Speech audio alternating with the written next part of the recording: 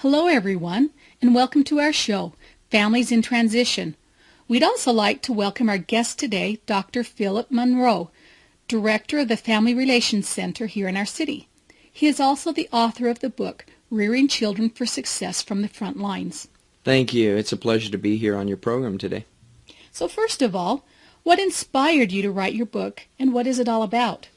Well, it's often said that becoming a parent is one job you can land without experience or credentials, and that is really true. I guess you could say that through trial and error and a number of mistakes, I realized that I personally needed to figure out how to become a better parent too, for myself.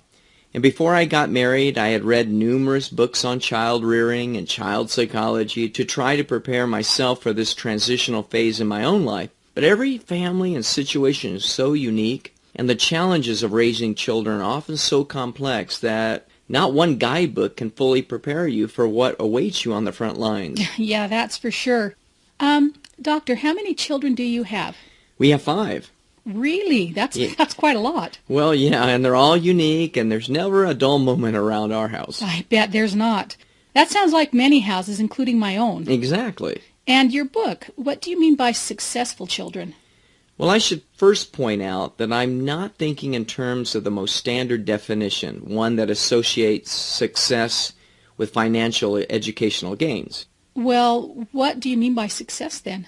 Well, I'm referring to success in understanding and managing children's own emotional, moral, and even spiritual welfare. For example, people get angry and depressed, and that's a part of life, and just telling kids not to be upset or frustrated denies the naturalness of these feelings, and it doesn't teach children how to cope with their feelings. So you're saying that it's okay to get angry? Well, we all do. Are there times when you get angry? Well, yeah, of course. Well, that's what I guess what I'm trying to say is that we all get angry, but learning how to express it appropriately is the key. Not to digress here, but if people are expecting a simple textbook solution to raising and understanding their children, then they don't understand or underestimate the realities of rearing children. I think I see your point. So, for all of us out there struggling to raise our children, what can we as parents do to better understand and relate to our own children?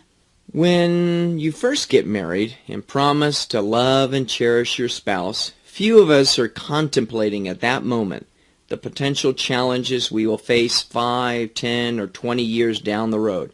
You don't look over at your spouse or future spouse and say, "Well, honey, there's a good chance we will get divorced in a few years." I don't think anyone is thinking that. Isn't that an interesting fact?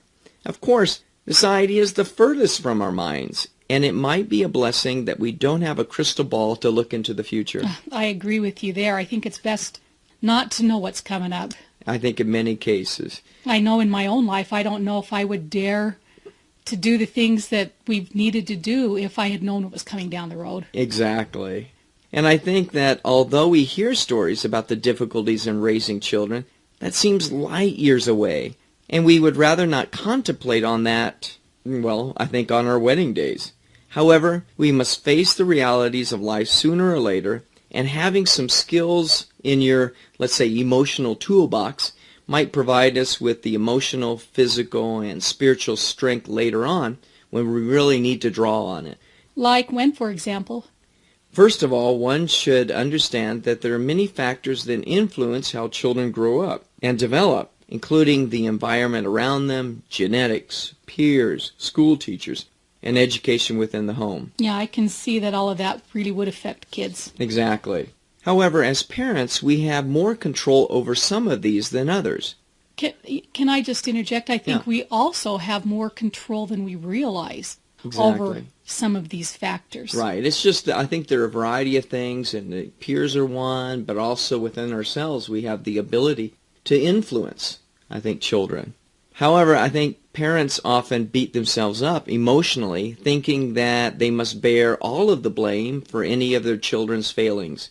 Yeah. In other words, while parents perhaps have the most impact on their children's decisions and attitudes, we can't ignore the fact that children, particularly teenagers, tend to follow the popular crowd, and their actions often mirror this. So what else?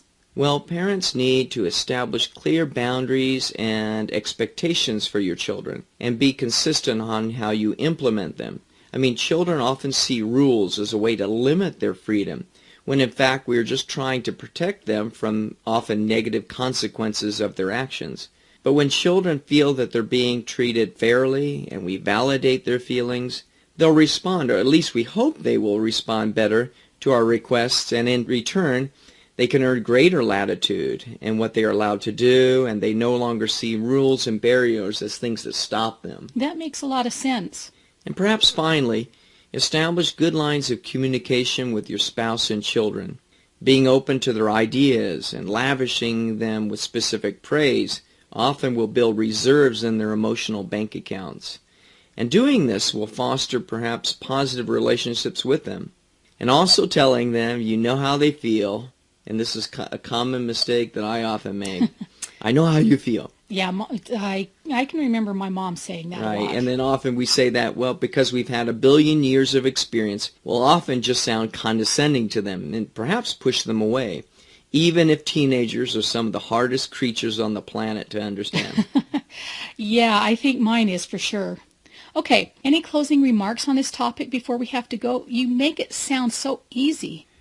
Well, I think there were a number of years when I thought about this, but only recently I've decided to pen some of these ideas, because there's never a point when we, quote, arrive, close quote, at being the ideal parent. I mean, it involves a lot of trial and error, missteps, and even pain along the way. And more often than not, valleys of heartache, but that accompany peaks of joy. All I can say is that we can never give up on our children, even when they yell and scream in our faces. It's hard, but we just can't take it personally. And if there's one last thing I could say, would be to have hope that things will work out. Thank you so much. That sounds like a really important message and important book. Thank you for joining our show today. Thank you. My pleasure.